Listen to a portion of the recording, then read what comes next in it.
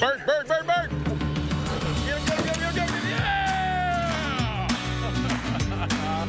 Ron Babe was right. Ron Babe was right.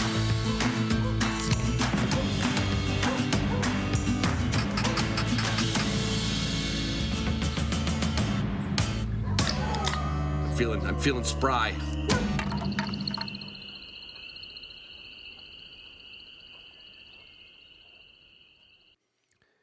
Hey everybody, it's Ron Bain with the Hunting Dog Podcast. This episode is brought to you by the folks from Synovitin. Now, if you've never heard of Synovitin, you're going to hear about it soon.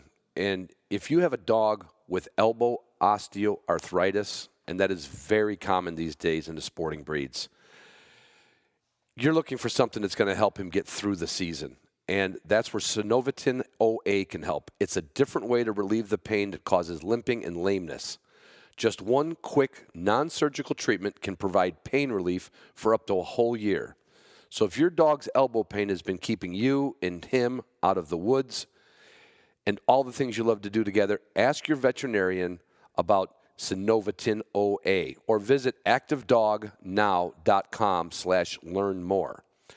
This procedure can only be performed by licensed veterinarians at veterinary hospitals permitted to use internal radiation therapy. On rare occasions, discomfort in the treated elbow has been seen in dogs that can last up to 72 hours after treatment. Short-term home care instructions must be followed after treatment to minimize extended close contact, such as co-sleeping. To review the full veterinary prescribing information, visit activedognow.com/cpinfo. And just so you know, co-sleeping means don't let him sleep in your bed if you get this done. We are going to zip through this one. Hey, everybody, it's Ron Bain with the Hunting Dog Podcast. It's Wednesday, the 6th of April. And you may wonder, well, Ron, you always say this is Sunday. I'm in the kennel. Well, anyway, I am going to try to expand my lack of, what's the word I'm looking for? I lack in so many departments. Technology, okay? When I load a podcast through my RSS feed, there is a button that says scheduled publication. I've never used it because I figure I'll screw it up, and I just do it manually on Sundays or Mondays. So hopefully you're getting this, and the reason I'm not going to be home is I've got this great little trip planned. I'm leaving Thursday, heading over to Wisconsin to meet the breeder, Zofia. I think her name's Maicha. Anyway, I had her on the podcast probably 4 years ago, and she is the breeder of the Zomaldi lines of wire-haired Vizslas from Hungary, and she's coming in for a seminar over in Wisconsin. So I'm loading up Tagus. I'm going to go show off my puppy to her and to a bunch of other wire-haired Vizsla people and get a lot of hands-on training. She's going to have a 3-day training seminar there. I'm going to be there for Friday and Saturday. Really looking forward to that. I'm going to actually get to see Tagus, or I'm going to have Tagus, and Tagus is going to be around 3 of its siblings from the litter. Yeah, it's going to be pretty cool. It's going to be like a little family reunion of bristle hair. And Sunday, I take off for Bismarck to go get my new Cocker Spaniel. Right. It's not new. It was born a while back. Anyway, I'm heading out to North Dakota from there and going to go pick up little V. That's right. Her name is V. Just the letter V. That's her call name, V. And so that's all exciting. So you won't hear me update this for 2 weeks. Anyway, I don't know why I'm telling you all that, but I am going to zoom through this, okay? I mean, I know Patreon patrons come to my Zoom rooms, and that was last Thursday. It was another. I told them I could only stay on for 2 hours, right? And it turned into almost 3 hours. It's so much fun. If you're a Patreon patron, whatever level you're at, you can come to the Zoom rooms. You get an invite on that Thursday, and you jump in, grab yourself a favorite drink and questions, and most people just sit back and listen, but everybody else engages. And God, last week's conversation got all over the place. I mean, all over the place. And it never ceases to be fun. Pike Gear The Dakota pants are out. I can't say enough about them. I can't say enough about anything from Pike Gear. Technical clothing for the upland hunter. Don't wait till hunting season to get your hunting gear, okay?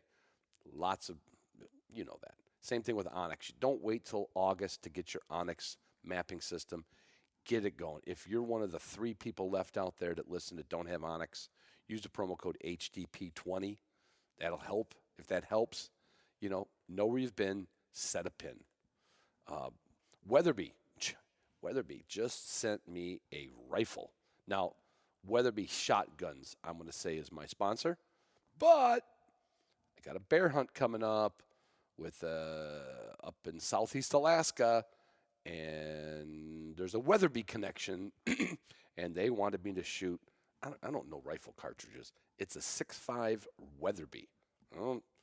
I've heard of 6.5 Creedmoor, but Weatherby, they always come up with their own stuff. And I got to get a scope on that thing and practice. That's going to be exciting. Boss shot shells. I can't say enough about Boss shot shells. Everybody knows. In fact, I was talking with my nephew the other day. We're texting back and forth with my nephew, and he took a picture at a buddy's house, and this guy has a rack of duck calls. I said, yeah, he's got a nice selection of duck calls. Does he have any Boss ammo? And you know what he texted me back? He said, I told my friend, he said he tried to get some last year, and they were all out. So don't wait on Boss shot shells. Please don't wait, because then you're going to go, man, I couldn't get any. All right? He who hesitates is lost. And he who doesn't have a Walton's catalog is also lost. In fact, this episode you're going to hear about, we talk a little bit about Walton's, but it's not a Walton's episode. It's with my daughter, Jessica. It's kind of a little hunting history, cat history, dog history, cooking history. Just me and my daughter sitting down for over an hour, and we touch on Walton. So don't turn your kitchen into a real kitchen, all right? And turn your dog food container into a real dog food container.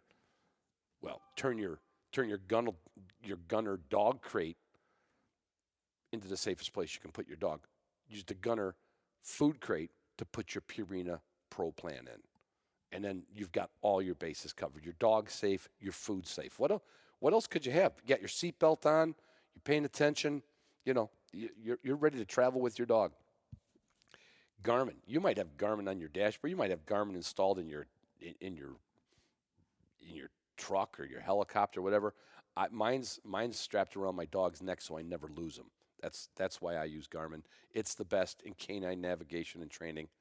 I've got my Canine Athlete loaded up. I've got new dog. I'm still using the Canine Pro for Zara. I have seen her. Sorry about that. Originally, I told you she was scratching a little bit, and I saw some videos saying, "Is your dog scratching? Is your dog itching?" Could be their gut biome, and I can tell you right now, I have now after 3 weeks, I don't see her licking her front elbows. Now, is it because she's busier? No, I really haven't done much more. A little more training with her. Hasn't had any big runs. I think sometimes dogs just are, they just don't. Maybe things aren't just right. So, right there. And they have Canine Athlete. He has everything for you as well. And just to let everybody know, pretty quick, Pike Gear, Onyx, Walton's, Canine Athlete, the discount codes that we have for everybody and for Patreon patrons, those are going to be listed on the Patreon page so you don't have to dig through the posts, okay? W Hunting Supply, I don't know what you're waiting for. If you don't use W, then you don't like personal attention to your needs, because that is the only hunting supply company out there where you can talk to the principals of the organization, not just somebody in the back room that's stuffing orders and waiting to go home and, put on the Price is Right. It's W Hunting Supply, and they have a great podcast. They had a great one for April Fool's Day. It was a hoot. Give them a listen.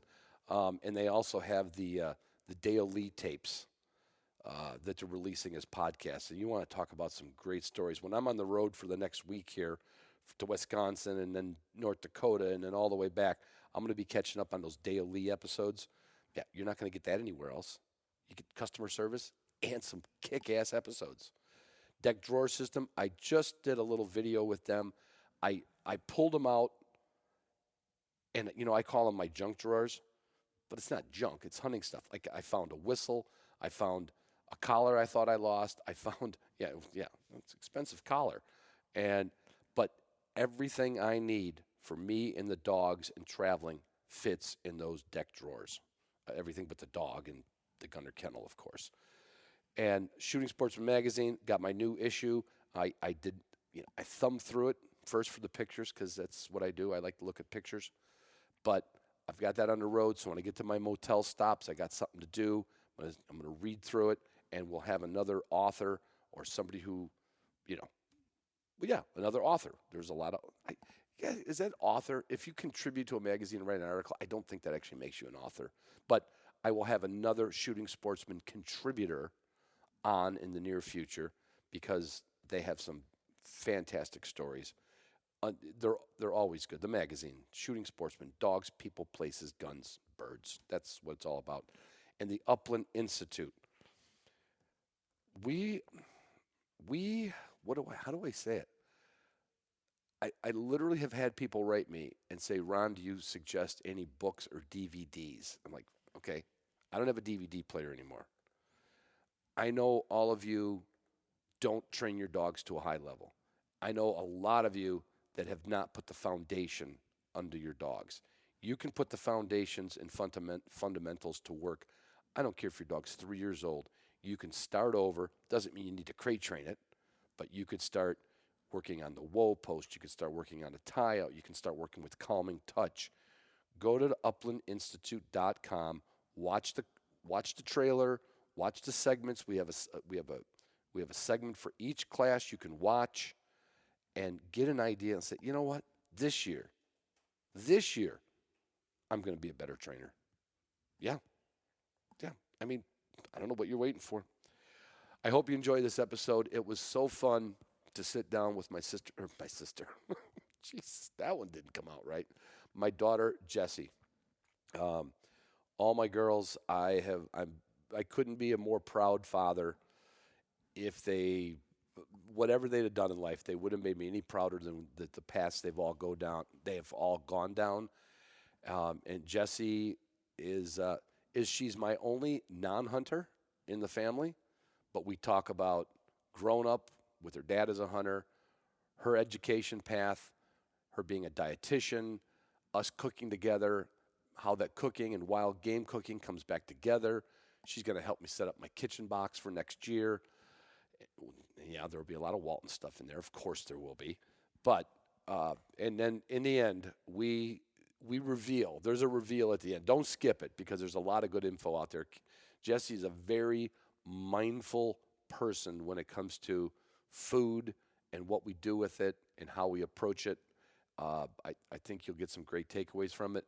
But at the end of it, we get into some of the cat stories. And she still loves my old dogs that are gone. But there's some real, don't get, when we start talking about cooking and nutrition, don't hang up. Wait for the end because you're going to love it. It's probably one of the best endings of any podcast I've ever done. So thanks, Jessi, for coming on. Love you guys. Love you girls. I love you girls more. Bye. Hey, everybody. It's Ron Bain with the Hunting Dog Podcast. I am sitting in the kennel with my daughter, Jessi. And I want to say Jessi Bain. But I lost you. I lost all my girls to other guys. I am wearing my BAME University You are. shirt. I love that just shirt. For you. That's to remind me that you do love me the most, and you're my favorite daughter. Yes, that's true. Like every time one of my daughters is over, they're my favorite daughter. Yeah. But I'm the favorite. Well, yeah, you're the baby. Yeah. And I told you when I was little, I was the baby of the family. The babies rock. Yeah. And they're the most talented. They're the most everything. Everything. Yeah. Yes. What they aren't always is following in their father's footsteps. Okay. We did a recording 6 years ago in Florida where everybody chimed, all my girls, Jessi, her sisters Kelsey and Mackenzie, we are all doing a podcast. We are all drinking some alcohol. And you a told lot of alcohol. And we did. Were you a dietitian at that point? No, not yet. Not So, at that so point. you didn't care about your liver. No, not too much yet. I was just all about it. The weird part is when your sisters went off to college, Mom gave them like a mason jar of some alcohol. I So remember being very disappointed in them. right, and you were in high school. Yeah.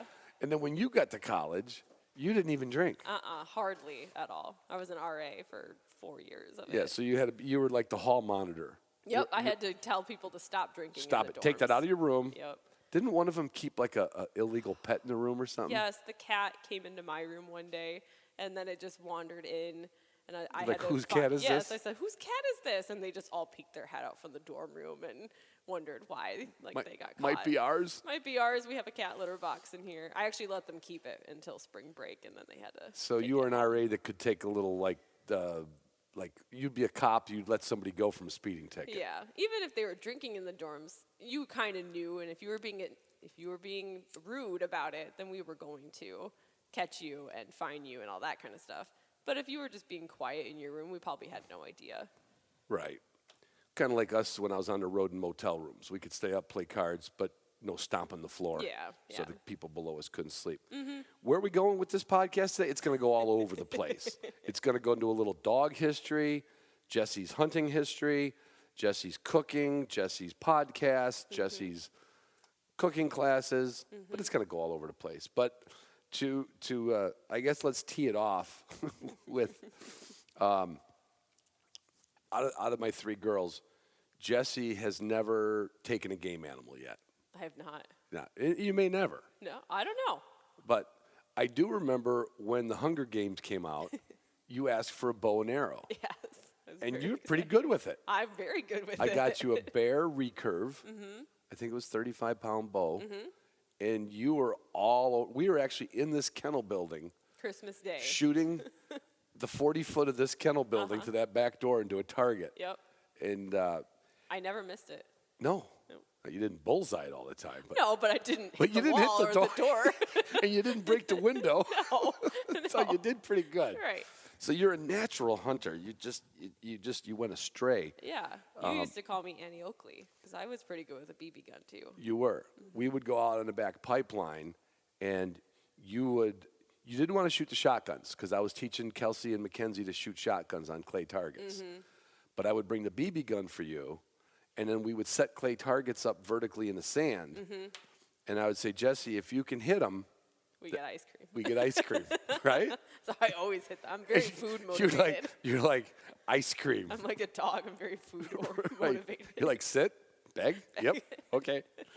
And so you were always around it. You were always, I mean, and not that there wasn't guns hanging on our walls in the house. Mom didn't want a gun hanging in the wall. They were either in the garage, in a closet, gun safe. Whatever. Yeah.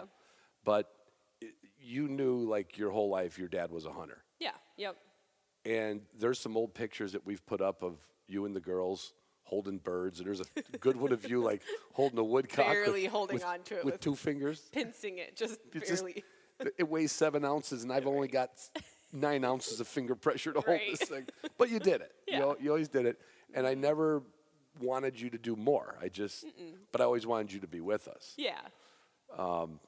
Like fast forward a little bit, we'll jump over the cat stories for a minute, because I can't remember when this timeline falls in. Yeah.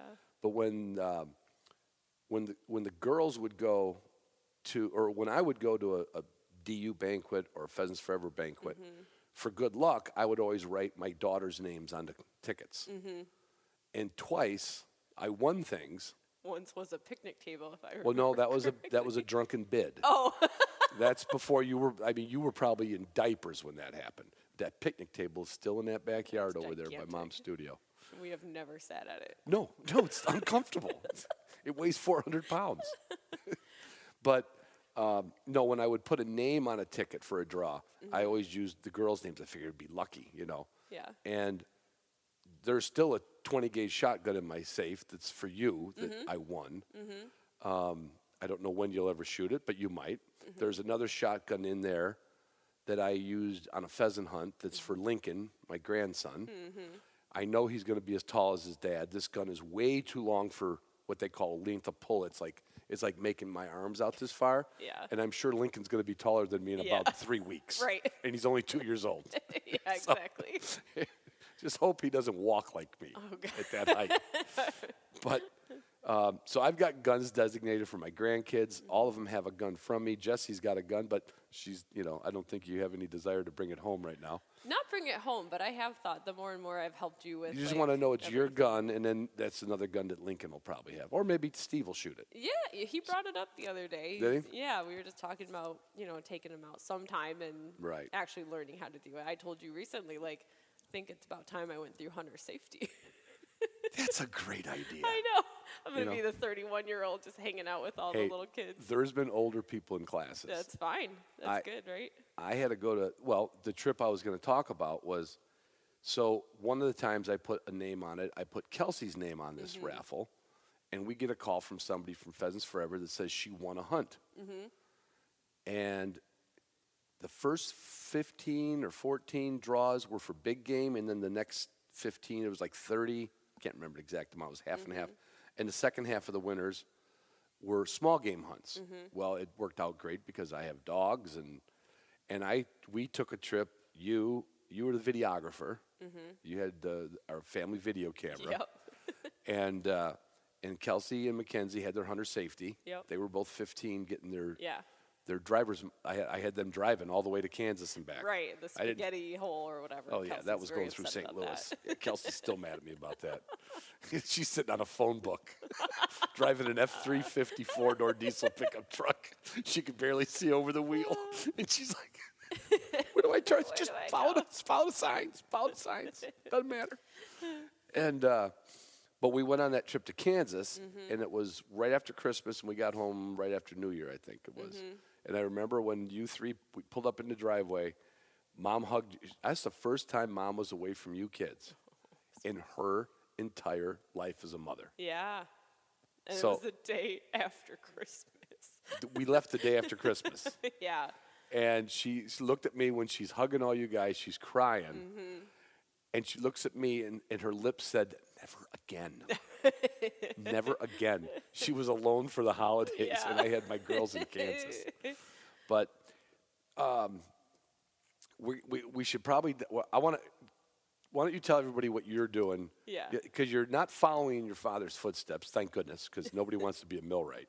But in a way, you're doing the self work at home with your background in education. Yeah. So I'm a dietitian, have been for almost 9 years in June this year, and I recently kind of took after you as far as the podcast world. Last June, I decided I wanted to start a podcast, and I think you were a little skeptical. You said you gotta Commit to it.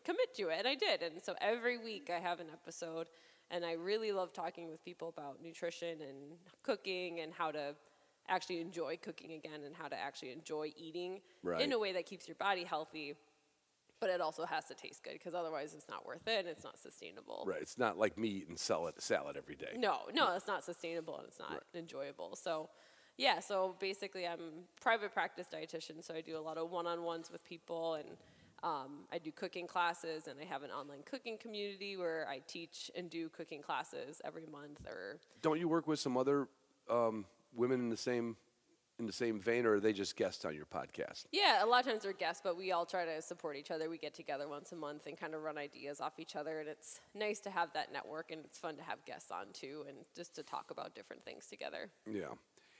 People talk about, hunting. I don't know when food to table. I don't even know what food to table. Farm to Farm to table. Yeah, I think food to table's been I around kind of like forever. food to table. That means you can be anything you want, and you can eat anything. Dog food. Yeah. Farm to table. Yeah. Right? That movement kind of came in probably around when you became a dietitian.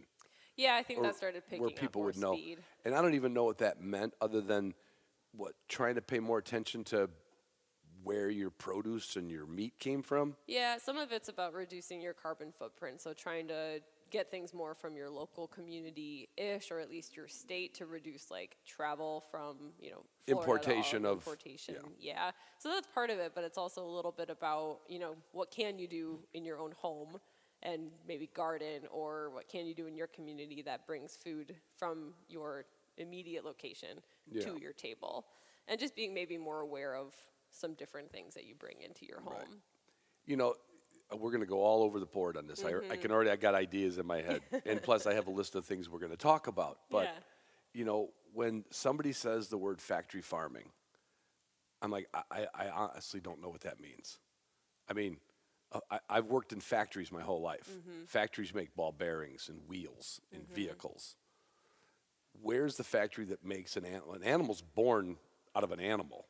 Where's the factory that makes an animal? All over the place. But makes the animal without the other animal. right. Okay.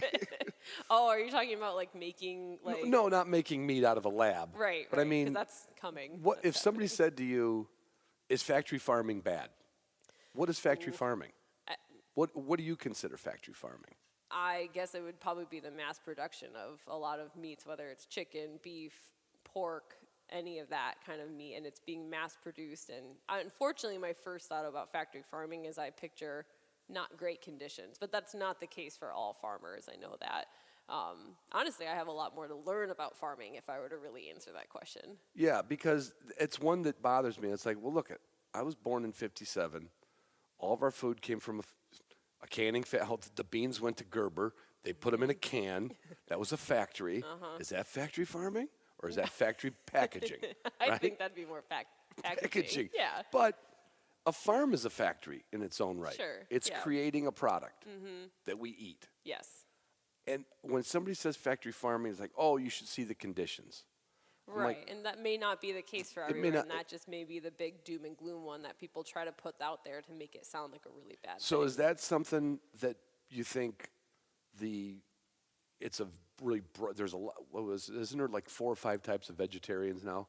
Oh yeah, Like, there's a lot of types. There's a vegetarian that'll eat eggs. Yes, And there's a vegetarian ovo. that'll eat fish. Yep, pescatarian. Pescatarian. Yep. It's like religions. Presbyterian, Lutheran. Lacto-ovo vegetarian. A who? Lacto-ovo vegetarian. What is lacto-ovo? They drink milk and eat eggs. So they're not really a vegetarian. Well, but they don't eat Meat. animal meat. Yeah, No, they eat animal byproduct. correct. They eat an egg, which is actually an animal that has not fully produced, fully evolved yet. Right, right. It's still in the egg. It's just, yes. It's just not It there. just doesn't look like an animal. No, it looks like an egg. Right. Much more palatable. So I that's one thing that's bugged me. And I'm sure probably there is some deplorable place somewhere that somebody would get a view of, be like, oh my God. Right, and then they know. make the assumption. But that's kind of you could say that for all kinds of things. One big bad thing is put out there Well, as like what everybody Going does. back to what I said about factories. You know, when I used to go into factories in Chicago, there was one called, I think, Chicago Metallic Wire. They made copper wrappings for motors. People were dying of cancer in that factory. You'd go in that factory and the air was orange. Ooh, You know, I'd only work in there for a day or two. But yeah, I know my really good friend Elaine Christensen's dad worked there, and he died from it. yeah, You know, so factory farming. You want to see something bad? See some factory practices, right? sure, yeah. So I've never seen the factory farm that makes me not like to eat meat. Yeah, right. you know, I'm sure you could, It might be there somewhere. guaranteed. I mean, you Right. could Google it, you could YouTube it, you could find horrible conditions, and like, it's a way to mass produce Right. meat, and oftentimes we think of it as like the conditions. Well, for we the need to animal are not get good. 50 more head of cattle out of this same acreage. Yeah. So they're going to be more crowded or something. Yeah. But so taking that to wild game, you've eaten some wild game now in the Yeah. last. Well, you've always ate some wild game Yeah, with me. yep. Your favorite dish back when you were a kid. Pheasant Calvados. Pheasant Calvados from Lance Vernum. Thank you, Yep. Lance, if you're listening. But that one had a Granny Smith apple on top of it and a nice sauce, and we had a squash. And, Yeah. and it was almost like, well, sometimes it's all the food around the food that makes the food. Yeah, definitely. What gets me, there's a gazillion wild game cookbooks out there. And then there's a gazillion regular cookbooks out there. And at some point, you're not even tasting what you killed or what you bought. Yeah, you're tasting. You are more tasting the sauce. most magnificent sauce that you've ever had in your yeah, life, right? Which is great. It's a great. great part about cooking and eating. Where would, like, if, You've been to Europe once, right? Weren't you in England? Twice. England and Belgium. In Belgium. Did you see any wild game on the menus? Did you see any wild game in the markets? I don't remember for London because they took us only to museums. That was a school trip, so I didn't really get to venture too much. Boring on my own, yes. But in Belgium, I feel like I saw some different things and different meats on the menu that you just didn't see over here. It was exciting. And we won't get into the North American model. We can sell wild game, but it's got to be highly regulated. But then there was a spell when you went to college and you came home. And I said, I'm not eating meat anymore. I'm a lacto-ovo vegetarian. You went down that road. I did, and I think I don't. Well, What but made you? Is it peer pressure in college? Probably a little bit. Like being a dietitian, I'm sure I got like a little hoity-toity for a while. Like I eat vegetables, and it's great. I eat more vegetables than you ever will. And I probably still do. But but I feel like I never really liked meat. Mom used to, and I used to sit at the table. I was supposed to take a couple more bites of the meat. And I didn't, and you would heat it up in the microwave, and magically a bunch of it would disappear. So I think I've never. That was to our golden retriever. Well, yes, you or the golden retriever. Right. It was magic meat at that point, and so I've never loved all the textures of meat. I appreciate it way more now. I'm sure it was a mix of picky, of hoity-toityness, or whatever. But now I appreciate it way more than I did in college. Well, the only thing we could count on you eating was if we had Eckrich sausage, Italian sausage, hot dog, anything that was ground up to not resemble what it was when it was walking on this earth. You were like, I'm all over that. Yeah. But, I do think even now, like Mom's cooking, my cooking, your cooking, it's all very different than what we used to do when I was little, too. Right. So a lot of the ways you do cook, which is why I'm trying to help people with that now, influences whether you and your family and kids are going to eat the food you buy or hunt. Right. And so let's say you and I, what did we cook up? Chuckers the one day? I can't remember what we cooked up. Yeah. So, chicken has X amount of fat on it when it's in the skin. Chuckers don't have much fat. I mean, but the skin is still going to keep some moisture in. If you're going to cook wild game, let's just stick to birds because, I've only shot 2 deer in my life, and I don't think I've ever gotten you to eat any of it. I've had it. Have you? A handful. I've had poppers. Yeah. That's all right. You've had cream cheese jalapeno with a touch of meat on the top. My bad. Poppers. Hey, it's one of my favorite ways to cook. I know. I mean, you can put a piece of shoe leather on a popper. You could give me bison any day, but you're not usually out hunting bison. No. To this day, I've been unsuccessful in my bison tags. Yeah. Where was I going with that? Maybe how to cook up some bird game. Meat that is, let's say, stick to the pheasants, quail, and most people skin them. I mean, everybody, it's very, you can talk with Hank Shaw and all the cooks out there. Oh, you got to pluck them, got to pluck them. I get that. But let's be honest, most of us bird hunters just breast them out, take the breast from both sides, the thighs, not much on the wings usually unless it's a big bird. Yeah. So if I gave you a pheasant tomorrow to cook, just without going to my pheasant Calvados recipe. Right. What would I do with it? What would you do with it with a piece of meat that doesn't have a lot of fat. Any inert fat in it?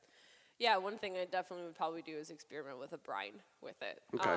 And you want to make sure with timing of brines is kind of the important things because a brine is not a marinade. Marinade is something you can do for a little bit longer because you're focusing on adding flavor to meat.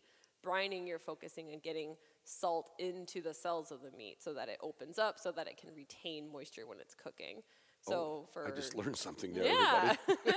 So wait, let me read that back. Brining affects the cells of the meat. Yes. Not the flavor of the meat. Yes, correct. It might retain. Or the intention is. The intention is to retain moisture with a brine, and so that means you're submerging it in like a water and salt liquid. Usually brown sugar, salt, and water. And typically just salt and water.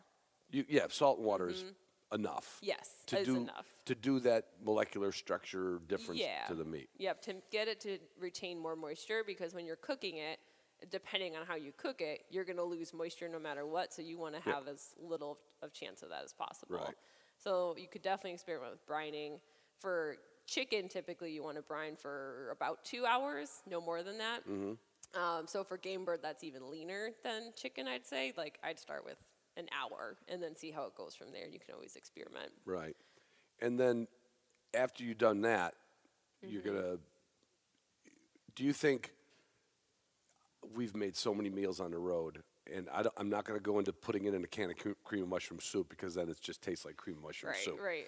But so you got this piece of meat, you brined it, which wouldn't be a hard thing to do on a hunting trip. You could find some chores to do, feed the dogs. Exactly. And brine something for an hour.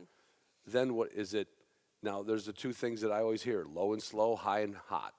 I guess I would say for game meat, personally, I would say low and slow because it's so lean, you don't want it to lose that moisture again. Right. So low and slow, and with an And oil this is that's bird not meat gonna now, burn. yeah, Right, bird right. meat, yeah, like quail, pheasant, that kind of thing. Low and slow because you're gonna, whatever oil you're gonna put in your pan, you don't want that to get so hot that you end up burning the meat and the inside's not cooked. That's not, very Right. tasty either. Well, I'm sure Well, no, it's somebody not. likes that. I like it a little red in the middle. But, yeah. So if I was going to bring, like when I make up my kitchen box to go out west this year, if I'm going to bring an oil to cook in, Yeah. we're going to do campfire cooking. We're going to be cooking birds every night if we get birds. If not, we're going to go to the Winn-Dixie. Yeah. And we're going to buy some meat. Right. But what kind of oil? I mean, because that's like a whole.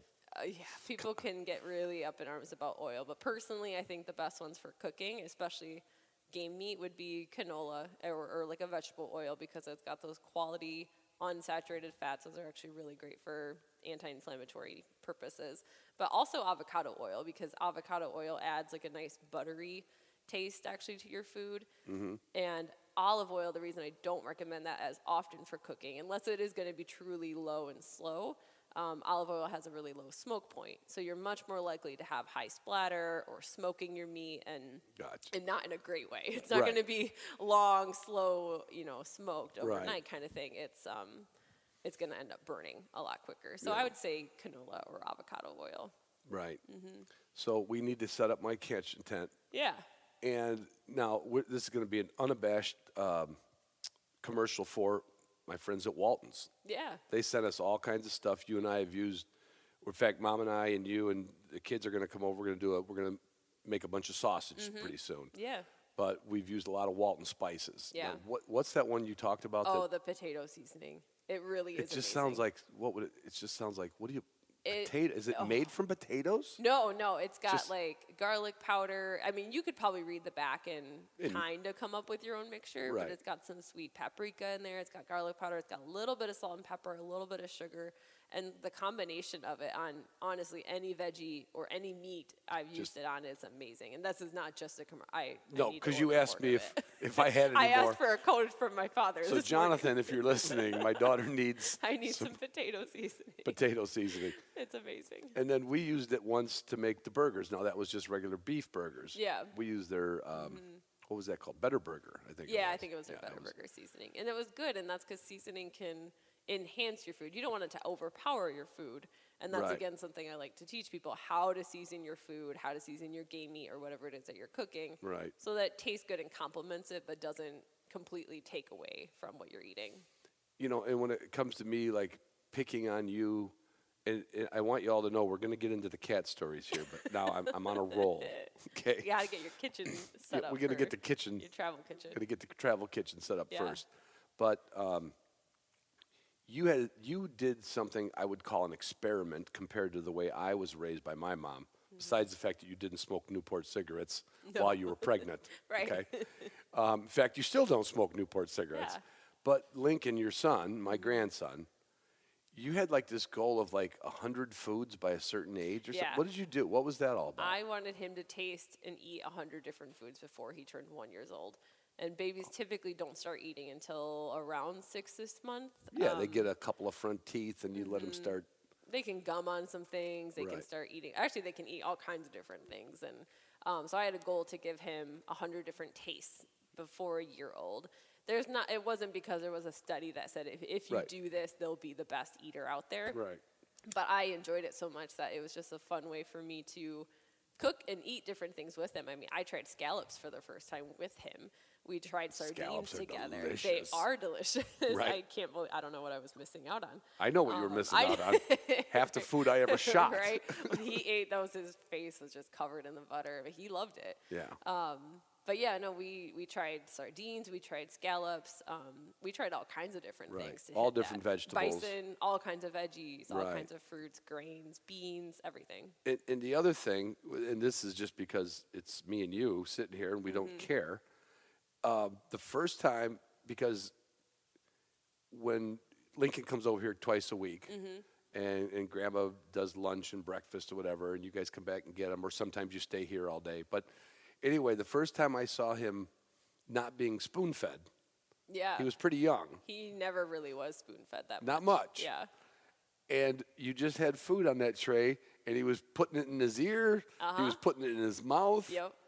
and I was like, That is more about helping kids not be picky. Because if food well, can we touch screwed up because you were picky. I was picky. You were picky. You were picky. Right. Yeah.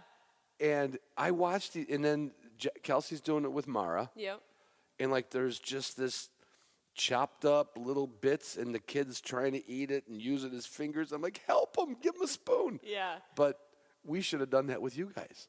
It's more recommended now. You know, you can still spoon feed a kid. Don't get me wrong. I still handed a spoon that was loaded with yogurt or some puree sometimes to Lincoln and fed him that way. Yeah. But that is more scientific based and helpful to have kids learn to feed themselves from an earlier age. It gets their hands used to touching food, which is something some kids really don't like if they never get used to it. Oh, we have some relatives I think would like that. Yeah. I think so. But yeah, it just helps them with their dexterity. It helps them controlling what they eat. It actually is a lot of fine motor skill to get their hand to their mouth. As you said, sometimes they miss it and hit their ear. Sometimes they miss it? Well, most For of the about time they 4 miss. months, they get Yeah. about half of it in their mouth. And that's why the majority of their nutrition is coming still from breast milk or formula or whatever it is Right. at that time.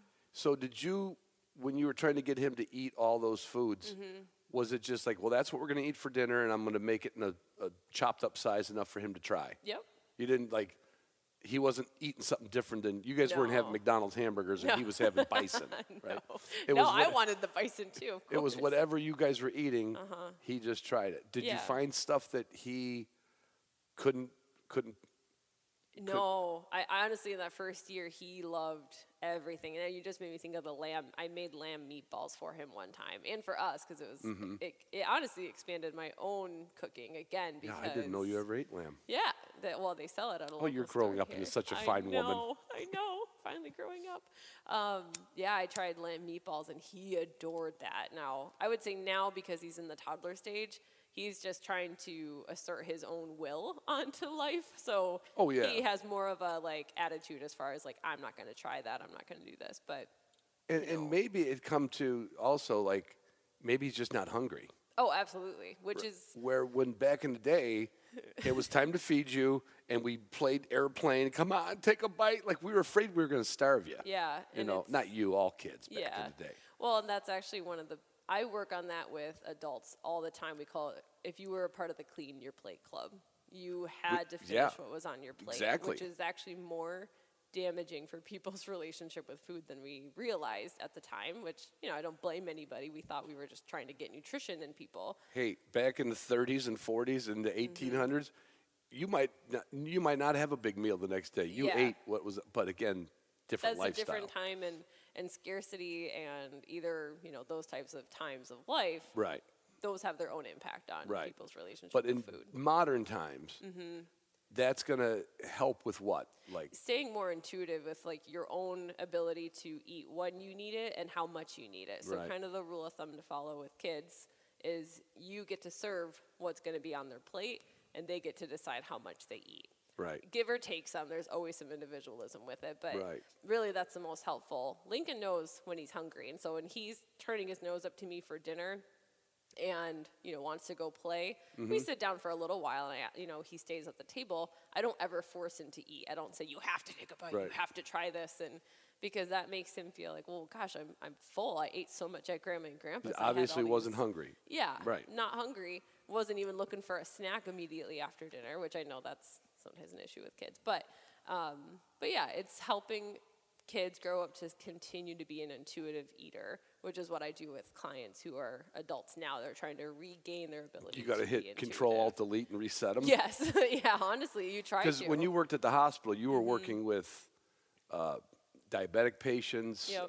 Tube fed. tube-fed stroke, patients, Yep. and, Spinal cord injuries. everything. So how does that come into like what you do? Does that impact your everyday cooking at home?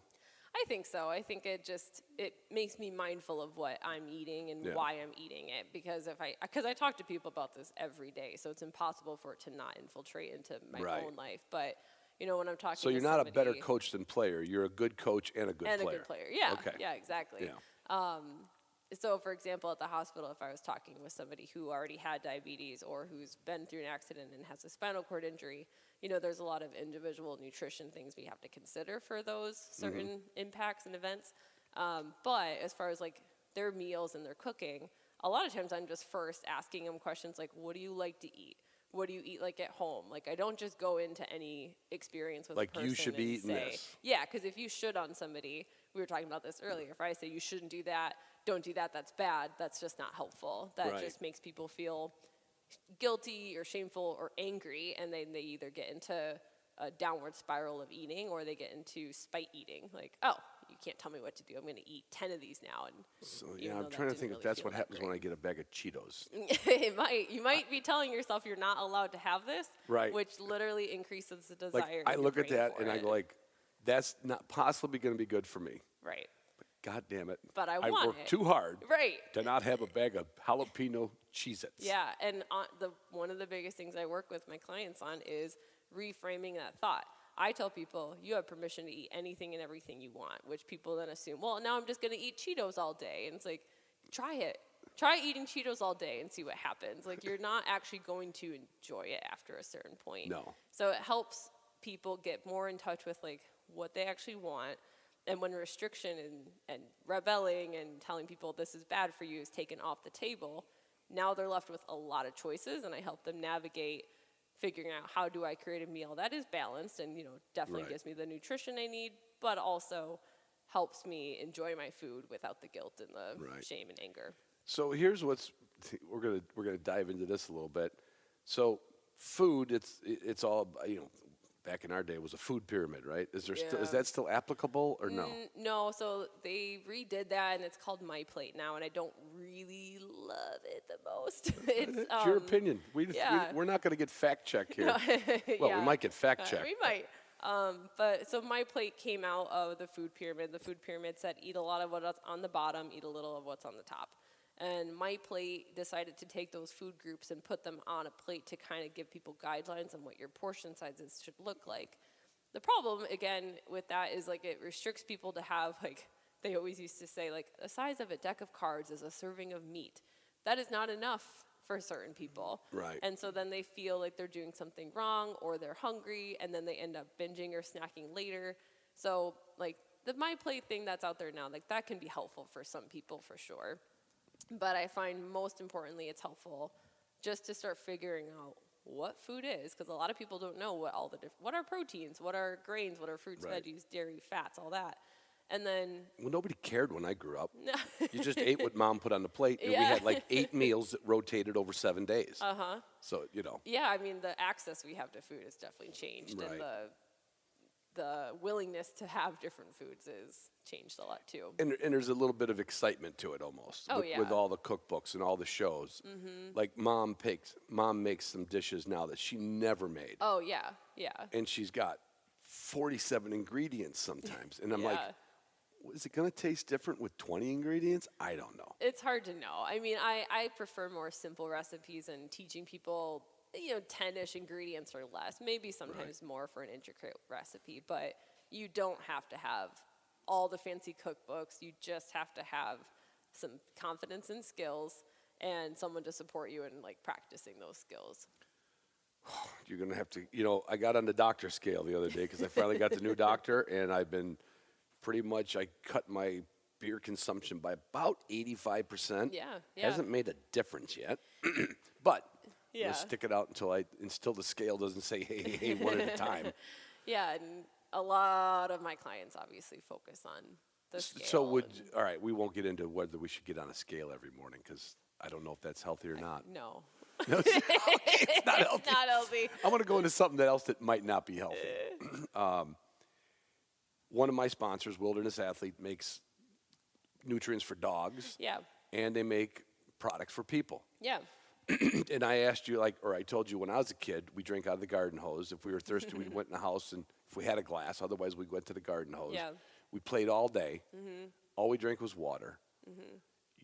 Your generation runs everybody I know your age. As I have it right here. It's right there. An aluminum water bottle. It's like you won't go out of the house without your phone Or my water bottle. or your water bottle. Yeah, I'm thirsty. How could you be that thirsty? Because I can feel my thirst. I'm very in tune with it. So we talk about hydrate products. There's a Yeah. bunch of them out there. Yeah. I mean, there's a bunch of them out there. Yep. And you said something that kind of resonated with me. I said, so are these good or bad? And you're like, as far as hydration, you can drink water. Yep. But if you don't have a healthy diet, and let's say like when I go hunting, I'll do way more hydrate and recover and focus Yeah. when it tastes better than a pop. It's Yep. more refreshing. But what's all the products that are in, like, let's say, what is that one? That's hydrate and recover. What flavor? Watermelon. Yeah. So to me, it's like, well, we already got to make it taste like watermelon. What's wrong with what's right with it? Well, I think the helpful thing about like a hydration supplement like this, I'm just even looking at some of the ingredients, is really, I like to think of it as a bit of a liquid multivitamin. So that can help you fill in the gaps. So especially if you're on a hunting trip and you're not eating your normal, you might be eating more road food, you're cooking maybe. Maybe. And maybe depending Skipping if you, dinner, if drinking you got beer. food or not. Right. Was it a successful hunt? You may not be eating or bringing vegetables on the trip. So this could help fill in the gaps and still keep your vitamin and mineral levels up. And then when it comes to the energy part, Yeah. they all rely on some form of caffeine. Typically, yep, something that's going to increase your energy Are level. you anti-caffeine or good caffeine? No, I'm not anti-caffeine, but I think people just need to know that caffeine, you get a threshold with it. So 1 cup of coffee or one of these like energy supplements a day gives you that boost of energy, and you're like, oh my gosh, I'm so awake, this is so great. Right. And then after a while, it doesn't do that because your brain just gets used to It's that. like me with beer. It used to Yes, be yeah, 3 with beers, and then it alcohol, was 6 yeah. beers, and I'm like, takes 8 beers to get that same buzz. Yep, and that's why typically then we drink more coffee and more caffeine. And the slight problem with it is that you could end up getting a little dehydrated from coffee. That's not usually like even like the biggest concern. Right. The bigger concern like is if you have like some kind of heart condition, and caffeine and that doesn't always go well together. So that might be Or a some time. other condition. Yeah, there's definitely some times where it doesn't go well, or even caffeine can make you go. So Oh, well, yeah. if you're on a hunting trip and you're We're talking duck hunting every time I'm in my waders. It's like, you know what? I could have drank water this morning instead of coffee. right, or just make sure you really get that coffee in fast so that you go Before you your put your hunt. waders on. yeah, that's what runners do a lot. We didn't have to deal with that on the hunt we went on. That was a very, that's what I like about bird hunting. It's very civilized. We don't need to get up at 6 in the morning and eat something at 5 in the morning and hope we don't have to go find a rock to lay under, Yeah. But so I'm going to touch back on your classes real quick before we start getting into the silly stuff. But it'll come back to food a little bit. I know. Your podcast. You had to change it recently, Oh my right? gosh. You found out. Yeah. you I found- got a cease and desist. You got a cease and desist. I had a really good early on business learning moment. So you came up with a name for it, Yeah. and you started putting Got out my episodes. LLC, everything. LLC. Yeah. And somebody says, Hey, that's my business name. That's- That's not what she said. She sent me a really strong worded email. Yeah. Rightfully so. That's her business name. that's her business name. I remember thinking I got my LLC in the state of Michigan. I didn't think about the fact that like other people might have that name, and it was available, so I thought that meant it was fine. Right. Turns out she has a federal trademark. She had a trademark. Yeah, so you can but- have 2 things that say Jessi's Kitchen, because somebody else Yeah. could be named Jesse Yeah. and call it Jess. But if Yeah. they trademark a name, You definitely can't Yeah. use that. There is some fine lines there because I actually learned one of my clients is a trademark attorney. So he's in the process of helping me get my new business name and brand trademarked. Oh, good. Good. Apparently that process is a little delayed right now. And he had looked at that person's trademark and he's like, we can fight this. And I'm like, I ain't got that money. We don't need to fight it. No, and I'm So what was it and what is it is most it's important? the Kitchen Invitation. So Kitchen Invitation. So that's the podcast, that's the website, that's my brand. You can find me on every social media avenue, and I've got a YouTube channel coming with my cooking videos. I've got my own Patreon community. I call it my kitchen VIPs, where I give bonus tips and cooking classes and things like that. And it's a lot of fun. I think getting people in the kitchen is the best place for hands-on learning with nutrition. Because just like we said earlier, if I just put a hand out in front of you and say, okay, let's eat like this, let's do that, that's very boring, and it's not going to be applicable. Well, for sure, with the, I'll say farm to table, and then that transferring to hunting, we've got more people hunting, and there's a lot of people. I know several of them personally that went to work for Steve Rinella's company. Yeah. They'd never hunted before. They are obsessed now with the preparation of the food. Yes. It's almost like, I didn't raise that pronghorn antelope, but damn it, I'm going to do some justice to it. Yeah. And that's probably something you had mentioned, like this conservation play into cooking, and I'm like, I don't know, and well, maybe, when it comes to just like using every part. Yeah. Right. I mean, most people. I personally save hearts, once in a while liver. Yep. If I got if we shot a bunch of geese, typically all that stuff goes away. When it comes to organ meats, I've heard some podcasts that do not pass up on organ meats. Yeah, I think even now that I'm not a picky eater anymore, and I've definitely matured in that sense, I never would if I get into shooting birds and do that or participate in the cooking of it with you. I'd rather use the organ meat, and one way we could do that is you saute it up and you add it just to like a piece of sourdough with a little drizzle of oil and some flaky sea salt on top. That's actually a really fancy way to eat it, even though it's really simple. And I think it's important to use the whole bird, even though I'm not a hunter. I can appreciate the fact that there's a lot to an animal, and we should try to use as much as possible. Well, when you were little, and even when I was little, every Thanksgiving or Christmas, it was a turkey. Now, that's the one thing you'd buy from the store that had all the giblets in it. Right. It had the gizzard, it had the liver, it had all the giblets with it. Yep. And every mom, let's just say back in the day, that I'm not saying men don't cook, there's a lot of them to do, but let's just say my day, every mom made stuffing with that. Right. That was what you made your stuffing with, right? Yeah. But that's the only thing you ever buy from the store. Right, that has... like when you go buy a steak, say, can I get a chunk of that cow's liver? Right. It doesn't come with it. No. Right? No. So, but when you get that animal down on the ground, whether it's a bird or a deer, I don't know much about fish. I don't think many people eat fish insides, but I'll bet you some... I'm sure there are parts of it, though, that I'm sure parts of it are very... Oh, fish is that's a powerhouse for nutrition. It's got high sources of quality fats. Maybe I should get you fishing more then. I mean, we could. I mean, I seem to like seafood more than other types of meat. But, I mean, there's so many nutrients in fish that people don't get on a regular basis. Those quality fats. Like that would be one to add to your... Yeah, if you can, that's a high recommendation to eat more fish. Yeah. So, but, I dived off of that one. So I jumped off that plank. Okay. So when we get... I'm just going to say pheasant, it's a bigger bird. It's like the heart, the liver, the gizzard. I don't know what else there. I mean, intestines would be some weird French dish where you would rinse out the intestines and make something. Yeah. I'm not going there. Yeah. But I do know that people will cook woodcock whole. Yeah. And literally eat the entrails. Yeah. I mean... It's edible. I mean, if a fox eats it, right? Or a coyote eats it. Well, let's make sure we're not eating it raw like a coyote. But I don't know how much. I don't know. We'll leave raw off of it because there's people who want to feed their dogs raw food diets, and they have a good time doing it. A little different than a human digestive system. We are animals. Yes. But we don't eat feathers. Correct. We don't eat hooves. I don't prefer to. No. And we have a hard time pooping them out. Yeah, that's a high amount of fiber that your body's not going to break down. To put a bow on that. So as hunters, we're able to get a whole lot more out of our purchase, out of our take, than you can go to the store. If you go to the store and get a chicken, even if it's a whole fryer, it's not coming with any of the parts. No. And what would you suggest people do?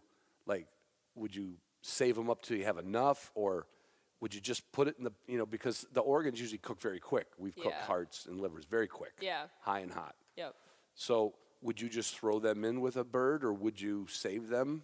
I'd probably want to eat them separately in some kind of appetizer dish, just because they're usually Right. small, so that's more of an appetizer approach. But that'd be me. Right. I'd want to eat them right then and there. I don't personally know how well things like that freeze. I'm sure you can, but I feel like those are things that's going to be better Probably fresh. best, and you'll see it most of the time. People, that's their first meal. Yeah, But an appetizer for right. it, yeah. We've done it with doves. And you don't think a dove heart's only that big. Itty bitty. But yeah. we've had 50 of them in a pan, and oh Yeah. my God, it's like M&Ms. Yeah, it's delicious. But I don't think I used the right oil. I used butter. Oh, we should have mentioned butter. But, Butter yeah, I would mean, 'cause be I a asked you good about one, oil. too. Yeah, butter definitely would be a great one to cook in. Regular butter. Not- Regular butter, not margarine. Not margarine. Yeah. And even though I think margarine, I was raised as, I thought butter was margarine Right, because the Bames couldn't afford butter. right. Okay, Yeah. we ate, it was Imperial. That was the name of the butter. It said margarine on it, but I didn't read good. Yeah. And I said, Mom, can I have some butter? And she would get out the tub of Imperial. Yeah. Yep. But cooking in butter, is that good, bad, or indifferent? I like cooking with some butter. I mean, Yeah. again, I think what I focus on with my clients in particular with cooking is your food has to be satisfying. And I find that so many people, whether they're dieting or they're just trying to limit their calorie intake or they're trying to cook in the healthiest way possible, their food ends up being dry, flavorless, and boring. So then at nighttime, we do tend to seek out extra fun foods because we're just not satisfied by any food. So Right. have some butter. It's not going to be the end of the world, and your Right. food's going to taste better. But learn how to cook with it, right? You don't need a whole stick of butter to Oh, no? do. Not typically. I mean, but you got to experiment. Screwed that up over the years. You got to experiment with how much butter you need. So again, you retain the flavor of your food, and you don't get just the butter. Right. It's an experiment. I think that's why Yeah. I like cooking. It's all sciencey and experimental. Well, I'm going to be bringing you a bunch more, Mm-hmm. a bunch more game. We're going to be making a bunch more food. Yeah, we're going to start some more videos. We're I'm going to do excited some more for that. videos. I've made sausage in Virginia. Galen taught me a way to make sausage. Mm-hmm. I want you and the kids to come over some summer day. I need to get somebody who, I guess I could probably find a pig and butcher my own pig, but I want to get Yeah. a wild boar. Yeah. I've shot a few of them in my life. And my neighbor Galen made what he's called panhas. Oh, And you literally take all the little chunks of meat and tendon and sinew and bones, and you boil it in water. oh yeah. But that's not a stock per se, but it's kind of a stock, I guess. Oh yeah, yeah, And then you sift out all the bones, yeah. and it's kind of like It's a bone broth, it's a broth. a broth of sight. And then, but then you add flour and corn something to Make it a really thicker paste. thick it, and you're doing it while it's boiling the whole time. Yep. You're sifting it Need out that the heat. bones, and then you're adding in all the other ingredients. And then when you pour it into pans, and when it settles, you can fry it back up like bacon. Yeah. I'm like, I don't know if it's good or not. I might have to run that. I don't, We'll have to run that one together and, All right. and see. because I have a lot of things I'd like to do more, and not, I'm good at doing dishes. Yeah. You and Mom could do the cooking. Yeah. But we'll bring in some more individual, like just game recipes. Now, Yeah.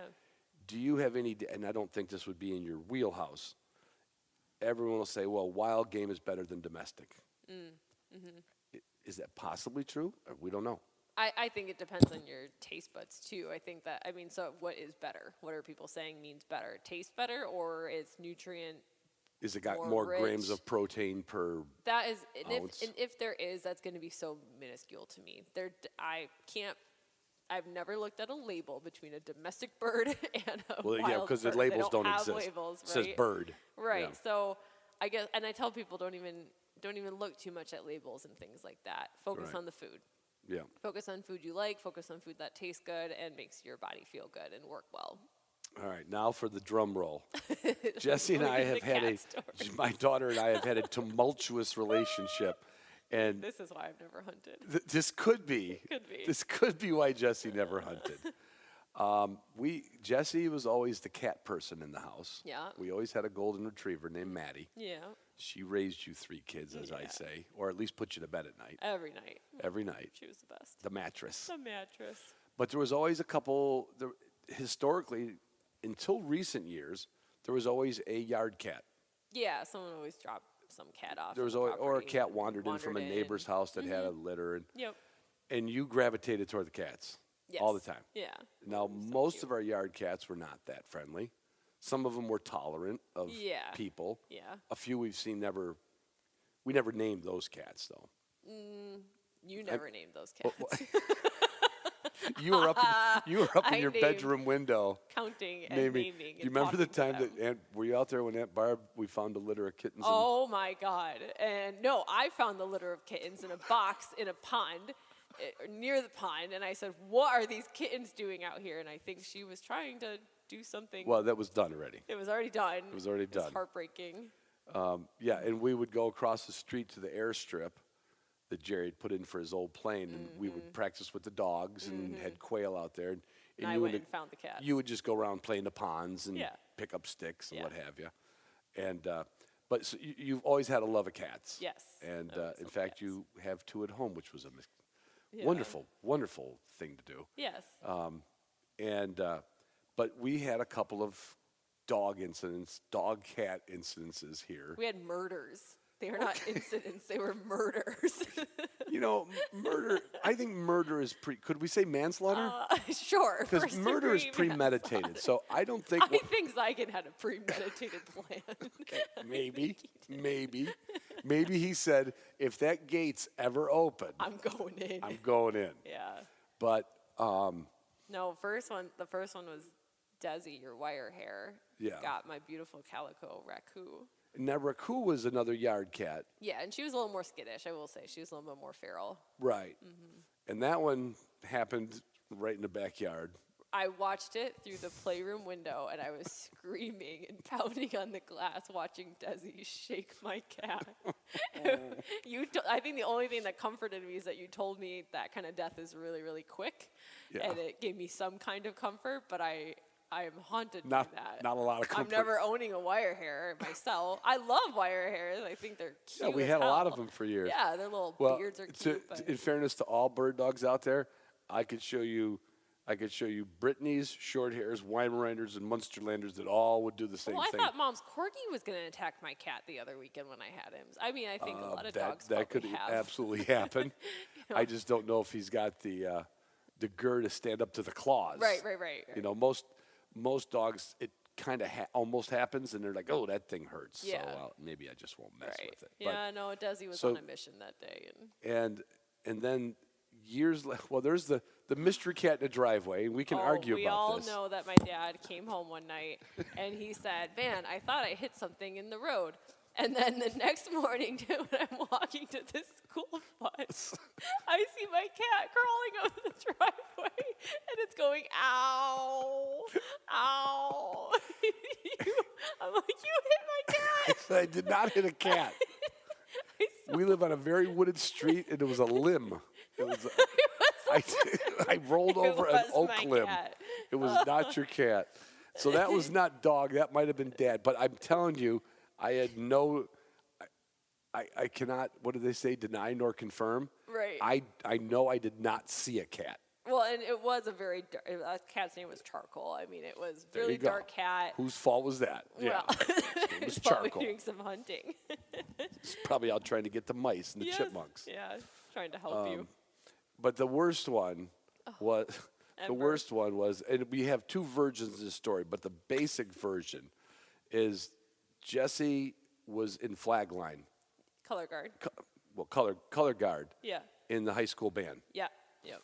Did you play an instrument too, or just I did it in 5th and 6th grade. I played a cornet. But okay? But no, then not you in high did school. the flag part. Yeah, flag, rifle, saber, all that. Right. Yep. So she'd be out there in the front yard throwing wooden rifles up and Yep. catching them and looking like a Marine, and then you'd have a Yeah. flag, and that cat's name was Ember. Ember. And White. Ember, everybody liked Ember. I liked Yeah. Ember. Yeah. Ember had been around here for years. Years, yeah. She'd even go away sometimes. And she'd come back And with she'd a come litter back. of kittens, yeah. Or litter kittens. Yeah. No, it's always fun. Yeah. And but we had made like a family decision. She was so friendly. Did you ever sneak her in the house when Mom wasn't Oh, home? for sure. Oh, that's kind of what I thought. Yeah. Because you said it would be a good house cat. Yeah.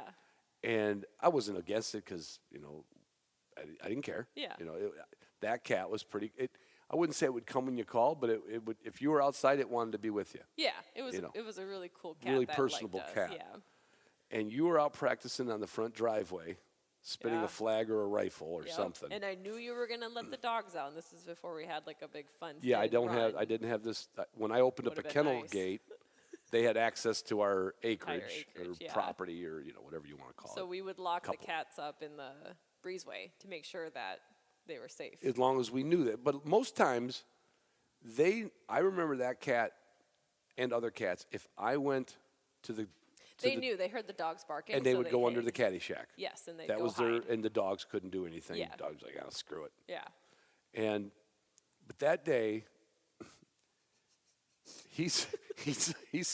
Let's make Here's sure my we all know who we're talking about. Zygon, your Zygon, beloved my Zygon. favorite dog in the I world. know. Wouldn't harm a hair on a baby's head, but Sure. doesn't like cats very much. Didn't like deer either. No. Didn't like anything. No. Anyway, my version of it was he saw you spinning the flag out of the driveway and just wanted to come out by you. Sure. Yeah, that'd be nice. But the cat was out there. No, absolutely not. Okay, because I've still got my version of it. Go ahead. No, the cat was absolutely in the breezeway. And our breezeway attaches to the house and the garage. With a front and a back door, front yard back. So there's 4 doors in our breezeway. Yeah, the one Like that goes into the 3, house. 3, 9, one 6, and goes- 12. Yep. And then the one that's at 3 that goes into the garage.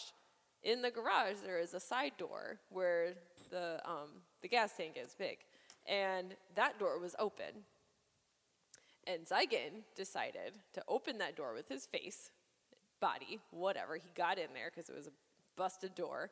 And all of a sudden, as I'm spinning, I hear commotion. I hear, and I'm freaking out because I see skerfuffle. And there's the breezeways where we keep all of our shoes, coats. So Right. there is just things moving and flying, and you can tell there's a skerfuffle.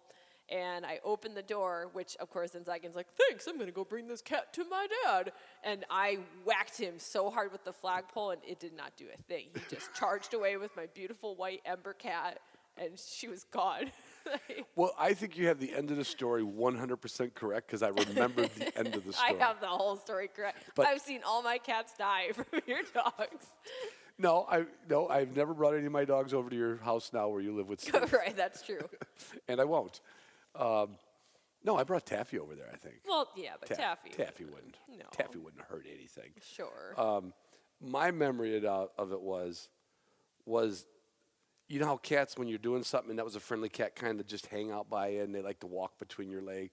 I think he saw the cat. No. And then he ran to the front. And my memory of it is, he saw the cat, the breezeway door was open, and the overhead garage door was open. I thought there was at least 2 runaround garage, sidewalk, breezeway, garage. I thought there was 2 circles. No. But then when he got through the second time, the door closed, and because the cat could outmaneuver him in a tight circle. Not in that way. She was really big. But not with the door closed.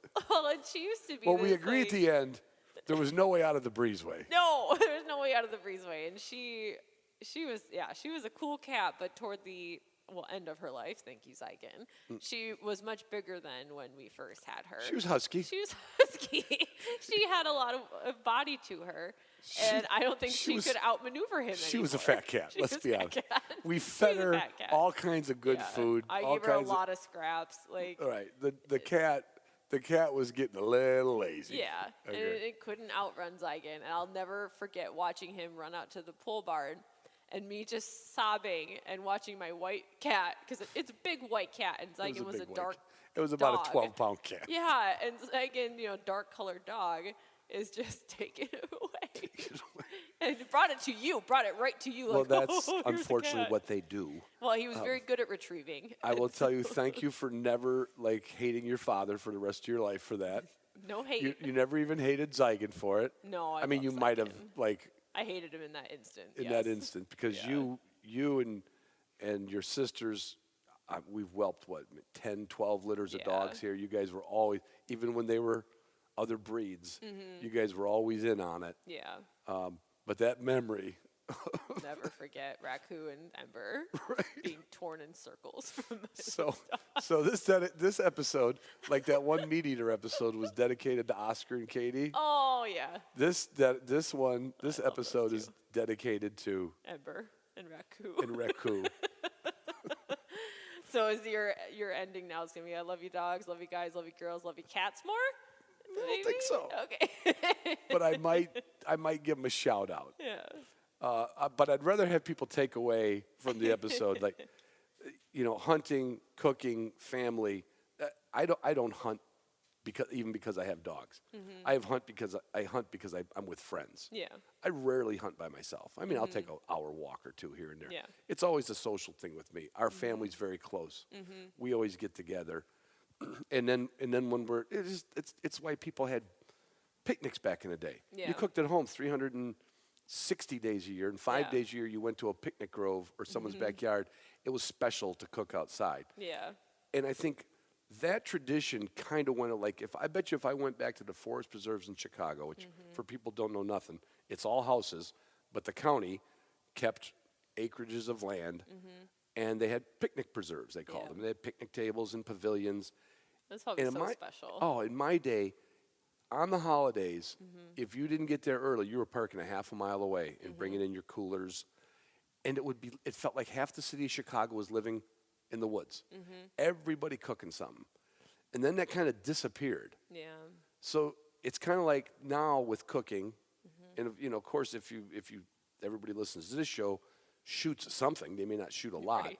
but just bringing that that celebration Yeah. of like making something special, or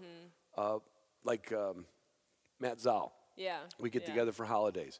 He always makes venison poppers. Yeah. Yeah. Like Poppers. he saves his best cut of venison. Yeah. And he makes mom doesn't eat venison per se. Kathy, his mom doesn't eat it. Yeah. But it's more like a celebration. It is. I mean, food is celebratory and it's social And that probably goes back to when we were hunter gatherers. Yeah. When you had a good kill and could feed the whole Right. family. Yeah. We just don't have to eat only like a hunter. Well, we're They not only gonna, live so long. good point. Good point. With a But little nutrition, Right, with a little advance of technology. But I actually think it's some canola oil, some butter, little some avocado potato oil. spice from Walton's.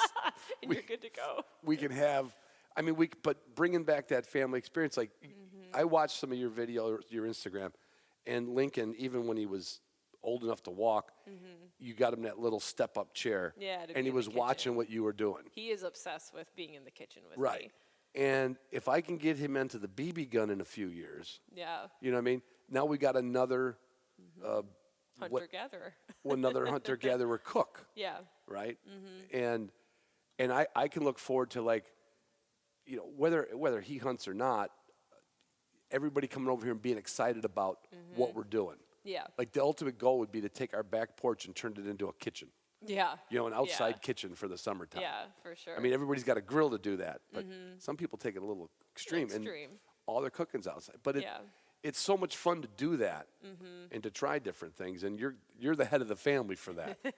And it's honestly healthier. I mean, not to just because I'm a dietitian throw that Right. out there, but But you are a dietitian. I am a dietitian. You have a and master's degree. Yeah, it is healthier to embrace food and celebrate food and have it be a fun and exciting part of your life, as opposed to a doom and gloom, I have to do this, or I'm not allowed to eat this, I shouldn't eat that. Like, if you can really get rid of a lot of that history Right. and entanglement with a lot of dieting and things like that, you have a lot more space to celebrate food and to cook and experiment and have those special moments around food and those memories that last way longer than the memory of, like, oh, I started this diet on Monday. Yeah, because Nobody likes that. Nobody wants to start a diet. No, and if you miss And Monday, you're not you gotta saying wait not till to diet, next. but the word diet gets screwed up. The word diet gets screwed up because the word It sounds like you're going diet to is be not eating. Well, if you look up the definition of diet, it talks about like eating very little, reducing your calories, and I know a lot of people struggle with this idea because they want to focus on their weight, but if the focus is on food and your health, your weight may shift. I don't guarantee that for anybody because that's a fickle thing, and we'd have to do a whole nother episode to talk about it. Exercise is important. Movement helps. Sitting is the new smoking. Right. I mean, I never, I walked on factory floors my entire life. Now, a couple times in my life, I got a little chunkle. There used to be a word they'd call you back in my day, fat. Right. We don't say fat. Some people do. Some people are totally fine saying that they're fat. That's God, I'm glad it's not off the table. It depends who you're talking to. Right. I just love the fact, like, I look forward to, like, the next 20 years of watching my grandkids grow up and my daughter's in the area. We only see your sister Mackie once in a while, but they do the same thing down there. They cook outside. They make a lot of special meals. Yeah. And I just like that it can be tied into the hunting world. It should just be tied into, like, our whole world. Yeah. And just because you guys come over in the summer and we jump in the pool, it's like I like looking forward to whatever, like, you always bring over some dish. Yeah, yeah. Kelsey brought over that cowboy caviar one time. Yeah. That's nothing but, I don't want to say that's health food, but. It's nothing but beans and vegetables and avocado. Yeah. Right. Yeah. It's so good. Yeah. Is there anything bad there other than overeating it? No, well, but I don't say any food is bad. That's right. There are no bad. Father Flanagan said there are no bad boys. He had an orphanage in Nebraska, and he would take in. That's a long story. Oh anyway. boy. There's no bad foods. There's no bad foods. There's got to be some bad food, like potato chips. No, so even that, like, I don't tell people there's bad foods. Yes, a potato chip does not do as much for my body as an apple. Doesn't nourish your body. That. Yeah, we all can agree that, like, a candy bar or a potato chip, it doesn't do as much. If you walk around saying that's bad for you, just like you're smoking that cigar, if I say that's bad for you, that will not make you stop. That will either make you do it more or make you resent me for telling you that it's bad. Which I would never do because when you smell cigars, it reminds you of Grandpa. Yeah, I love it. I love the smell of cigars. But yeah, I don't tell people there's bad foods, and I don't tell people to categorize food because I feel like that's a very lazy way to educate someone on nutrition. If I just give you a list of things that I say, this is bad, don't eat this, number one, you're going to. Number two, if you restrict it, the next time you get your hands on it, you're probably going to eat the whole bag of potato chips or the whole ring of cookies or whatever it is. Right. And then you end up in this cycle of, like, wow, I suck as a human, I better start a diet. The diet's not the problem. It's your ideas and relationship with food. You said something that I had to write down while you were talking, the lazy way. Yeah. And I'm going to tie that right back into the hunting. Yeah. There's people back in the day, I was guilty of it. We got a limited early season goose, and we breasted them all, didn't save a thigh, didn't save a heart. Oh. So that it correlates to cooking, it correlates to hunting. Yeah. If you take a lazy way out, you're not going to enjoy the benefits of whatever you're doing when it comes to hunting and eating your hunting food or going to the grocery store and finding something that makes you really happy about what you did. I always say a great wild game meal is better than the other one. That's not true. Mom made one the other day. There was no game meat in it whatsoever. It was the best dinner I ever had. Yeah. I don't even know how and it was one of these 40,000 Right. ingredient recipe. Anyway, Jay Bird, we are, that is my nickname for Jessi, Jay Bird. We got to get a little other content done, but last time, your podcast, your Instagram, all that stuff. Yeah, the kitchen invitation. I'm welcoming people to get back into their kitchen, embrace food, have a healthier relationship with food, eat to nourish your body. And a lot of times we just have to build up that confidence in the kitchen. So whether you join my kitchen VIP group, you look at the website, or listen in on the podcast, I think everybody can take away little pieces and bite-sized pieces of advice that help you develop a healthier life in general. Isn't that nice? I know. It's like that movie with Sandra Bullock. At the end, she goes, I just want world peace. I really do want world peace. I really do. I